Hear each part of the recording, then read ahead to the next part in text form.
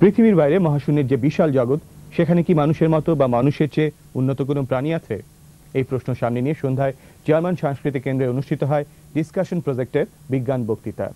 আলোচনায় বক্তা আসিফ বলেন, মহাবিশ্বের কোটি কোটি গ্রহ নক্ষত্রের কোথাও বুদ্ধিমান প্রাণী থাকা অসম্ভব নয়, তবে তাদের সঙ্গে যোগাযোগ করতে মানুষকে হাজার হাজার বছর অপেক্ষা করতে হবে।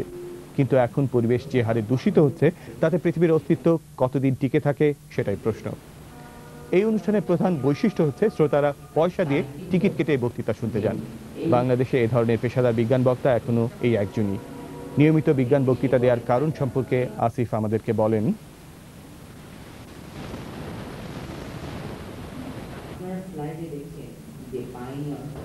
কুসংস্কার কেটে যাবে এবং কিছু মানুষকে আরোপ করার দরকার নেই যে এটা ভুল বা এটা ঠিক। মানুষ যদি তার মহাজগৎ বা তার প্রেক্ষাপট জানে, তার পরিবেশ পরিস্থিতি জানে, এমনি কুসংস্কার কেটে যাবে। এটা একটা অন্যতম কারণ। আসিফ পেশাদার বিজ্ঞান। প্রথমে খবর শিরোনাম। পৃথিবীর অন্যান্য দেশের মতো এ দেশেও শিশুদের জন্য হ্যাঁ বলুন। বোমা তৈরি ও মারার অভিযোগে গ্রেপ্তার হয়েছে 2 কিশোর। ডিসকাশন প্রজেক্টের 25তম বিজ্ঞান বিষয়ক বক্তৃতার অধিবেশন। মারমা জনজাতির শিশু কিশোররা প্রাথমিক শিক্ষা নিচ্ছে তাদের নিজেদের ভাষায়। এবারে বিস্তারিত। গত 22 এপ্রিল 2001 জাতীয় পরমাণু শক্তি কমিশন কেন্দ্র মিলনায়তনে ডিসকাশন প্রজেক্ট আয়োজন করে তার 25তম অধিবেশনের। পৃথিবীর মতো ভিন গ্রহেও প্রাণীর অস্তিত্ব আছে কিনা, মানব সভ্যতার বয়স কত, ঠিক কখন পৃথিবীতে মানুষের উদ্ভব হয়েছিল, এসব নিয়ে ছিল এই আয়োজন।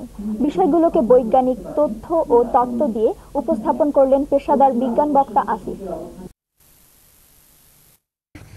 বিজ্ঞান বক্তৃতার আয়োজন করা হয়। অনুষ্ঠানে আলোচকগণ মহাজাগতিক সভার বাস্তবায়ন সম্পর্কে আলোকপাত করেন এবং এই সভায় মানবজাতির গুরুত্বপূর্ণ অবস্থান ও অবদানের স্বরূপ তুলে ধরেন।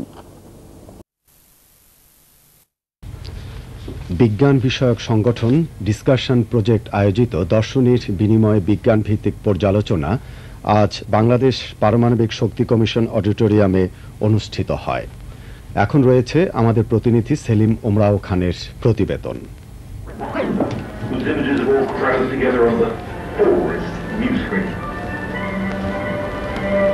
বিজ্ঞান বিষয়ক সংগঠন ডিসকাশন প্রজেক্ট আয়োজিত সময়ের প্রহেলিকা বা এনিগমা অফ টাইম শীর্ষক দর্শনের বিনিময়ে রহস্যে ঘেরা মহাজগতের বিজ্ঞান ভিত্তিক পর্যালোচনা আজ ঢাকাস্থ বাংলাদেশ পারমাণবিক শক্তি কমিশন অডিটোরিয়ামে অনুষ্ঠিত হয়। অসীম বিশ্বব্রহ্মাণ্ডের রহস্য উন্মোচনে এই পর্যালোচনায় দেশের অসংখ্য ক্ষুদে বিজ্ঞানী অংশ নেয়। বিজ্ঞান কৌতূহলী দর্শকে মিলনায়তন কক্ষটি হয়ে ওঠে মুখরিত।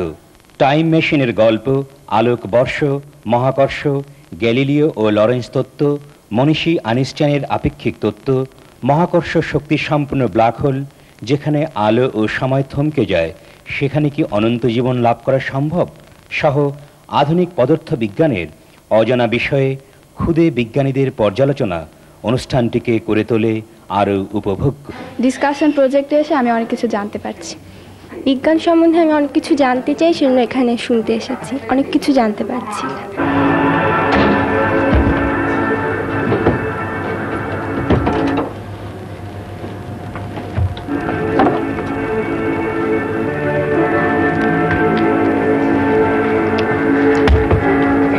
এ ধরনের পর্যালোচনা বিজ্ঞান মনস্ক সমাজ গঠনে সহায়ক হবে।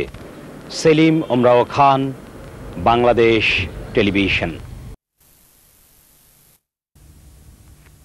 আজ ঢাকায় জাতীয় জাদুঘর মিলনায়তনে দর্শনের বিনিময়ে বিজ্ঞান বক্তৃতা অনুষ্ঠিত হয়। এতে মূল বক্তা ছিলেন দেশের একমাত্র পেশাদার বিজ্ঞান বক্তা আসিফ। ডিসকাশন প্রজেক্ট আয়োজিত এই অনুষ্ঠানের বিষয়বস্তু ছিল দি কসমিক ক্যালেন্ডার বা মহাজাগতিক বর্ষপঞ্জি। জনাব আসিফের বক্তৃতায় এই মহাবিশ্বের শুরু বা বিগ ব্যাং, মঙ্গল গ্রহে প্রাণের সম্ভাবনা, জিন, ক্লোনিং প্রভৃতি বিষয়ে স্থান পায়। তিনি বলেন, মহাবিশ্বের শুরু প্রায় 1500 কোটি বছর আগে। ডিসকাশন প্রজেক্টের পরিচিতি বক্তব্য রাখেন রেজাউল কবির মামুন। অনুষ্ঠানটি উপস্থাপন করেন ঢাকা সিটি কলেজের প্রভাষক আফরোজ জামান সাথী।